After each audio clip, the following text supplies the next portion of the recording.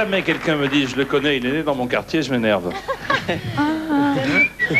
Il est né à Brixton, à Londres, c'est mon quartier, j'y peux rien.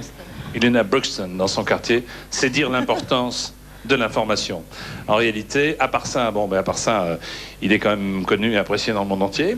À part ça, il vient chanter chez vous ce soir, après le mini-concert qu'il a donné hier à Paris. Nous sommes très fiers de le recevoir. Avant qu'il vienne nous rejoindre pour qu'on bavarde ensemble, voici Thursday Child, David Bowie. David Bowie!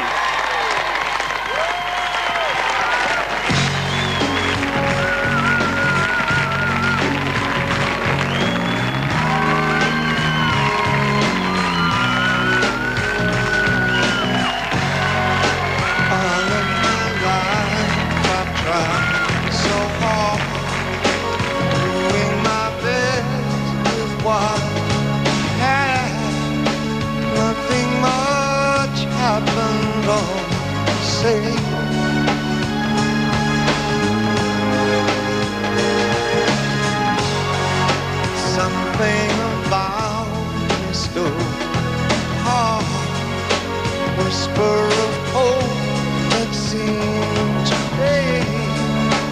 Maybe I'm born right out of time, breaking my life in two.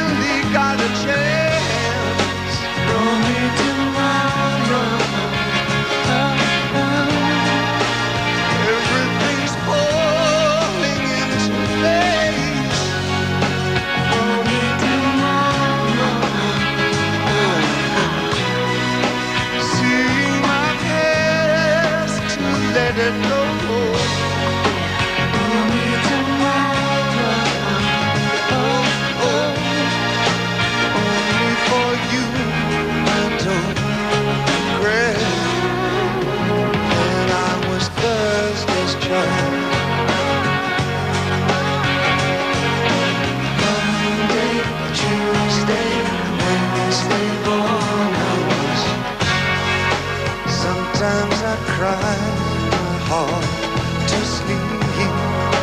Nothing prepared me for your smile, lighting the darkness of my soul. Innocence in your arms.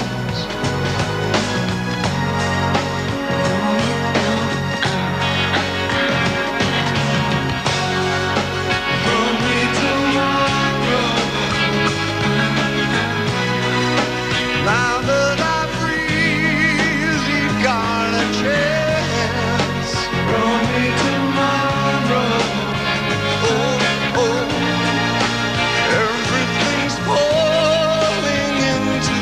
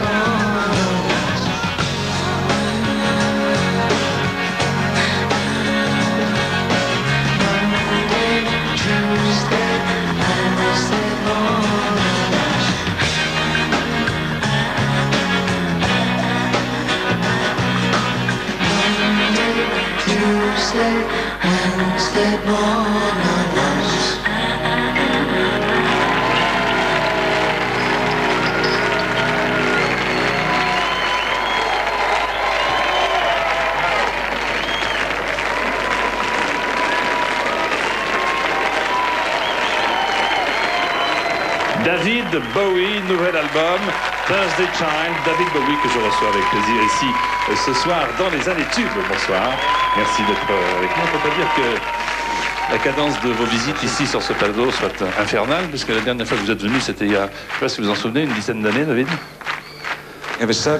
Oui, oui, effectivement, tout à fait. Ça, 10 ans, et on a chanté sur cette émission il y a 10 ans, Tin Machine. Avec Tin Machine, oui. Alors, pourquoi vous êtes si rare, en fait, à la télévision, non pas à travers les chansons, les albums, puisque c'est le 23e, mais pourquoi vous parlez si peu? Est-ce que c'est une volonté ou alors une malchance me concernant? Non, en fait, je donne pas mal d'interviews à la presse, pour les journaux, les magazines, etc. Mais en fait, je réserve mes paroles pour ce que j'écris moi-même. Je suis auteur aussi, et je voudrais que mon œuvre parle pour moi. Donc vous êtes très avare, en fait, en confidences et conversations, et vous réservez tout à l'album. Et justement, parlons-en de cet album House qui vient de sortir, qui est le 23e. On a l'impression, David, que il y a deux époques. Il y a avant et après. Et puis on a l'impression que cet album, c'est un peu le pont qui relie les deux périodes. Est-ce que je me trompe ou pas? Avant et après quoi?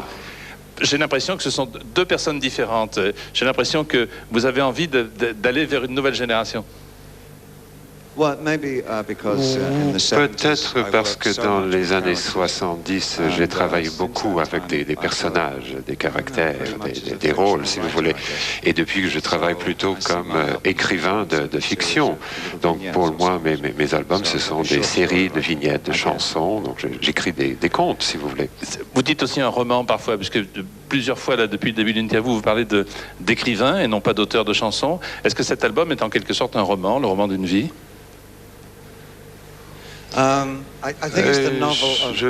C'est peut-être le roman de la vie de quelqu'un, pas forcément moi-même, mais quelqu'un de mon âge à peu près, qui a eu une vie avec plus de déception que la mienne, avec des relations qui avaient échoué, qui avaient commis certaines erreurs, qu'il regrette, et quelqu'un qui est poignant au sujet du passé, qui ne se réalise jamais, en fait. C'est vrai qu'il y a beaucoup d'émotions dans cet album, on vient de le voir à travers la chanson qu'on vient d'entendre, et pourtant, vous dites dans chacune de vos interviews que vous êtes intolérablement heureux, hein, c'est-à-dire que vous vivez la vie à plein poumon dans le bonheur, et vous le dites à chaque fois. Oui, obscènement heureux, c'est vrai. Et beaucoup trop heureux pour que ça me fasse du bien, en fait. Je suis sûr que ça va s'arrêter un jour et je pleurerai amèrement.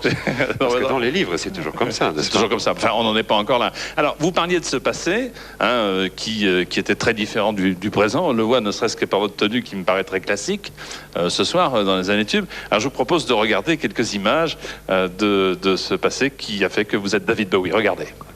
D'accord.